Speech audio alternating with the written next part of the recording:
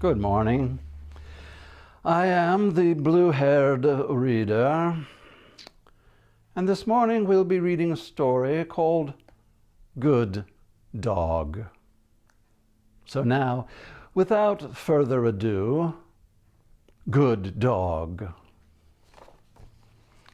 Having spent 30 years as a mailman, I would like to dispel the myth that we don't get along with dogs.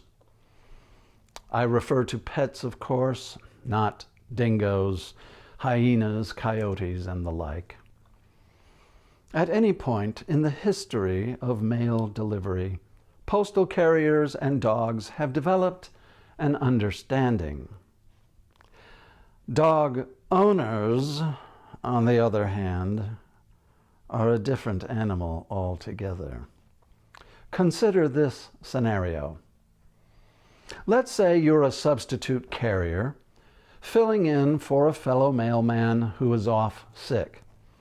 Well, he isn't actually sick. He walked into the side of a bus while ogling a college co-ed. So it's your first day on the route, and you are approaching yet another unfamiliar house. As you walk up to the porch, you notice that the interior door is open. The storm door is closed. The window in the storm door has a crack running down the middle of it, which has been taped. A red flag. You step onto the creaky porch, and from the inside of the house you hear a scrabbling of doggy nails on a wooden floor. He's coming for you. He's getting closer, closer still, and bam! He slams into the storm door and repeatedly lunges at it, rising to his hindquarters with each lunge. He's a scary one.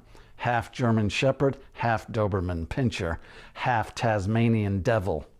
Very scary, to be sure. But he's just doing his job.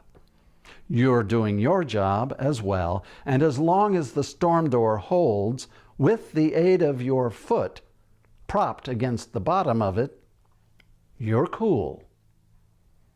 Enter the dog owner. A guy wearing a tank top and jeans shorts, with the pocket sticking out the bottom, comes striding up, a bottle of beer in one hand. He stoops and grabs the dog by the collar. Backhanding him, he yells, "Shut up, bad dog." Let me interject. The post office frowns on mail carriers accosting customers. So you can only think, why are you doing that, you moron? That dog is defending you and everyone else who lives here. He's not a bad dog. He's a good dog. You, on the other hand, are a bad owner. At this moment, the guy looks up at you and says, "Hey, I'm really sorry, man." And you think, sorry for what? Don't apologize to me. Apologize to him. You're not doing me any favors, pal. This dog is already angry at me for invading your space. Granted, he doesn't keep a diary, but he has a memory. And now, thanks to you, he's going to associate all this pain and humiliation with my presence in his life. This can only fall back on me. He's going to love you again in about 20 seconds, but he'll hate me forever. So yes, you should apologize to me, even though you have no clue what you are apologizing for. Because you see, 3 or 4 days from now, as sure as I'm sitting here reading this goofy story, this same dog will be out in the front yard, loose and unsupervised. Let me interject. All mail carriers are trained to finger the mail between houses so as to have it prepared to drop into the mailbox as soon as we reach it. It saves time, but there's a drawback. As you amble into the yard, you fail to see the dog because you're fingering the mail, looking down, and by the time you do see the dog, at about the same time he sees you, it's too late. To complicate matters, you discover you're standing between the dog and a 2-year-old child sitting on the front porch. Let me interject. Certain breeds of dogs are extremely protective of children. Unfortunately for you, from this particular dog's perspective, you are not simply a loathsome intruder that he associates with pain and suffering. Now, you are openly threatening the defenseless little boy who he loves more than any other creature on God's green earth. Let's say the dog is about 40 feet away from you.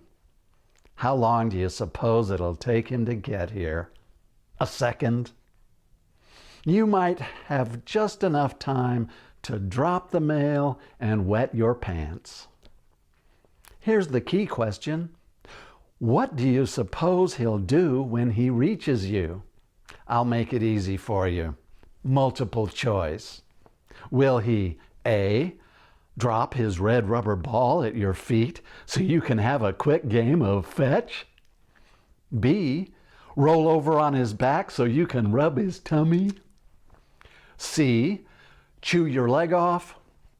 Or D, tear your face off, rip your throat out, scarf down your ears, and then haul your carcass from house to house so that all the other dogs in the neighborhood who have been abused by their owners in the presence of a mail carrier can each have an opportunity to C, chew your leg off, or your other leg, each of your arms, any remaining appendages, devour all of your flesh and organs, and then drag whatever's left into a ditch for the crows to pick clean.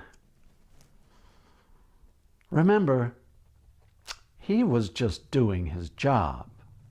Okay, maybe he got a little carried away. Nobody's perfect. Keep in mind that it was not his fault, which I realize is of little comfort to you now. But take heart. Your demise will help in our national campaign to have all those annoying signs altered to read, "Warning, beware of dog owner."